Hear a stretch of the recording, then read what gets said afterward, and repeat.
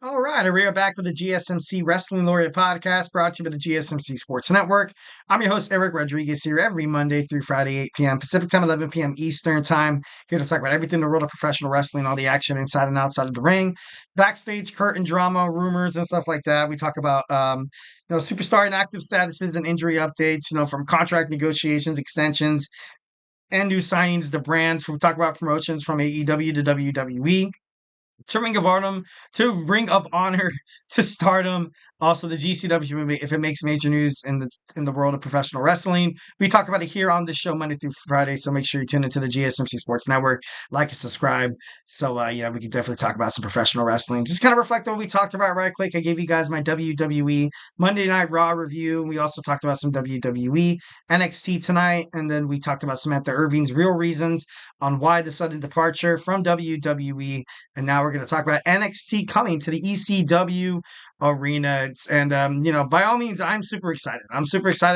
I feel like this is going to be great for NXT as a brand, kind of being on its kind of being on its own feet here.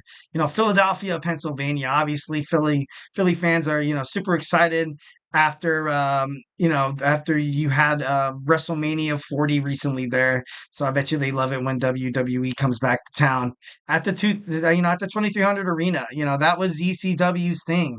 That's that they tore the roof off the place every single night. Hardcore matches, Hall of Famers like Rob Van Dam, like Sabu, you saw the Dudley Boys out there as well. You also saw Taz. You also saw Raven. You saw the Sandman. It's pretty badass. Who else was out? ECW, that was pretty big. Just Incredible, Tommy Dreamer. Terry Funk was even there a couple of times. Early years like Cactus Jack. A lot of great wrestlers. ECW will always and forever be cherished, precious memory in the world of professional wrestling and in the world of wrestling fans. You know what I mean? It was never really a point where people thought to themselves like, oh, ECW, a third brand trying to stake its claim and be a dominating force in the wrestling industry.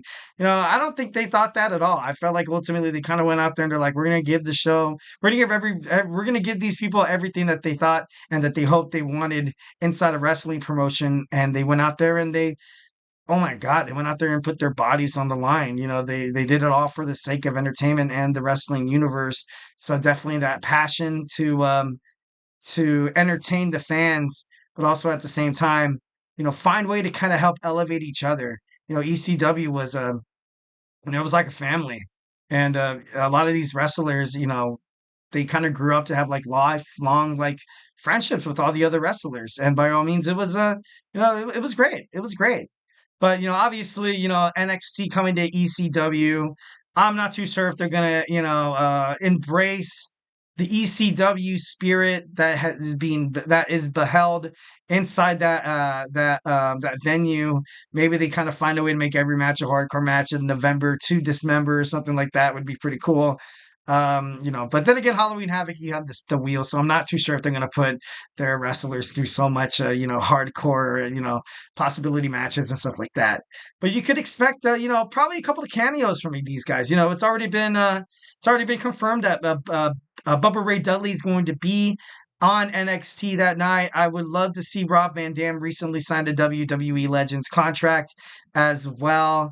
Would love to see Paul Heyman maybe come back to NXT, so that he's going to make his debut on SmackDown once again without kind of mentioning it. But I don't know. It should be I want to see a whole bunch of I want to see a bunch of cameos. I don't know. I might be a little bit too selfish here. Maybe it's my beginningness of my old school wrestling fandom. But I don't know. I think that'd be pretty badass. Tommy Dreamer comes back in the mix. Oh, that'd be so cool. That'd be totally badass. It's also airing on a Wednesday night, and that's another thing as well. NXT going head to head with AEW. AEW recently had Title Tuesday where they went head to head with NXT. Obviously, the numbers, the discrepancy between the viewers and stuff like that. It was no match. It was no, not really any competition there.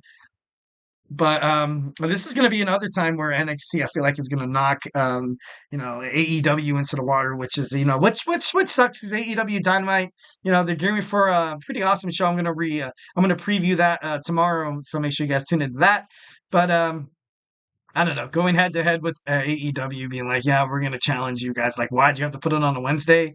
Maybe that's the only time the venue had an availability, and just NXT kind of going out on their own, establishing themselves as their own entity.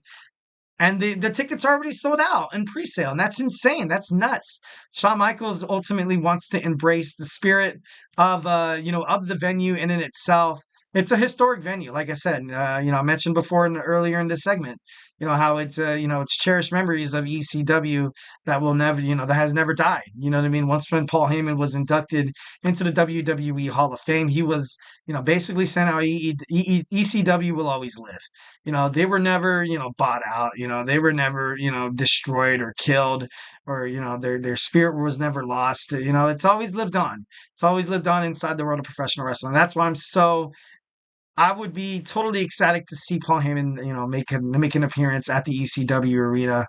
That would be super duper badass. That would, oh my God, that'd be out of this world. Pretty cool.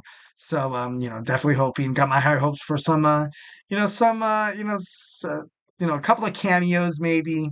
I'm also excited to find out what the match card's gonna invoke.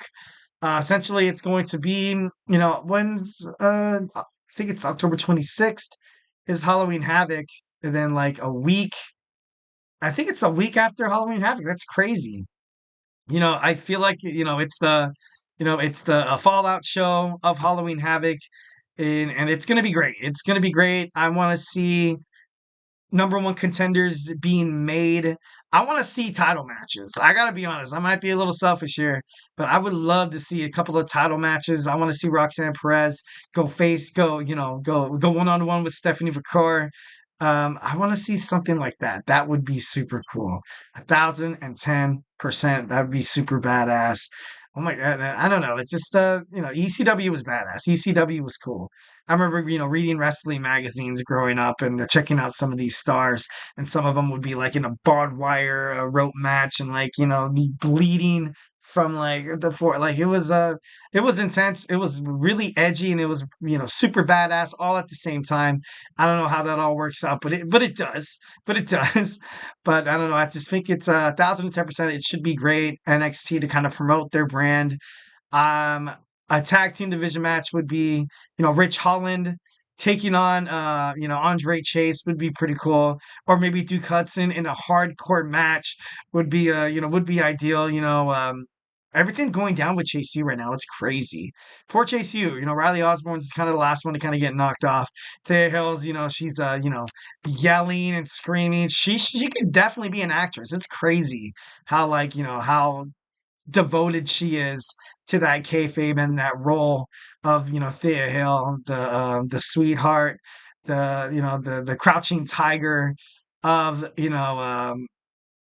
Chase U, because she's a badass. Like, although she might be, smaller in stature, she can still come out and like rip your face off. So, she had actually a really good match against Roxanne Perez when she had the shot at the title. I think that was Great American Bash or Bash at the Beach. I'm not too. I think it was Great American Bash, and it was just, I don't know, it was just great. It was a great match. Loved it 1,010%.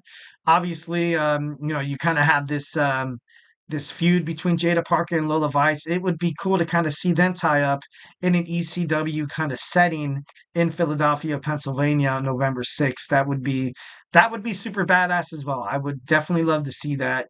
And it's, November 6th. I think it's November 6th. I just saw it in the graphic. So, I think it is going to be the Fallout show from Halloween Havoc, which is good, which is great. No, it might be the week after. No, I might be messing up my days. No, it's gonna be, I think, a week after. Yeah, I think it's gonna be a week after, because Halloween's on a Wednesday. Tuesday's NXT, so the 30. Oh, okay, yeah. Okay, so it's not the Fallout show from Halloween Havoc. It's gonna be the week after. So, maybe you have that show that's taking place on the 30th, kind of just a build up. getting, once again, sending these people out here to challenge for the title, which I feel like NXT does a really good job of that. You have the titles being contended, on a week to week basis. I love it. I think it's great.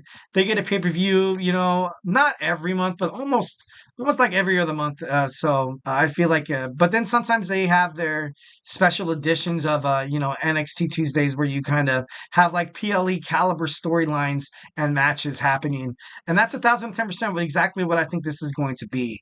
Got a shout out from my boy Lefty One. Hi, I'm a big fan of WWE NXT, and also is it AEW? Got to move my chat thing, and also Eve. I'm assuming East Eve. That could be a wrestling promotion. I might be out of context here or whatever. But I mean, yeah, that's awesome. That's awesome. Definitely love seeing a lot of engagement inside the chat. Thank you so much for commenting. I've been a WWE fan, probably my whole life. I remember watching it. I remember when SmackDown came to UPN channel 13. That was, I think it was on after the Sabrina the Teenage Witch. I think it might have been. I'm not too sure. Don't quote me on that. But it was badass. Wrestling has always, been something that has that's been consistent in a lot of people's lives and stuff like that. A lot of people can rely on professional wrestling to kind of be there, so you can watch it, get excited about, like, what I mean. Although people do watch sports. That's part of the main reason why I'm a huge sports fan, is because the excitement one feels once when somebody hits that game tying or that walk off home run in Major League Baseball, or that key pick six interception to win the Super Bowl, like moments like that, or that buzzer beater, that three, in the NBA. It's just this excitement. It's this drug that I don't know, that could I don't know, it could strive a person, like, you know what I mean? Obviously, that's the reason why, people do podcasts. That's the reason why, people invest, time and energy and, doing sports shows or going to college to do something in terms of the sports entertainment industry, is because, they can't get enough of it. And definitely the best thing that I feel like a sports broadcaster, the number one passion should definitely be, like, sure, I'm going to come to work every day and I'm going to be happy and to smile, because at the end of the day, I'm talking sports. But I want to bring sports to life. I want to bring new fans into, like, wrestling or into the NFL. I want people to get excited just like I do. Like, you know what I mean?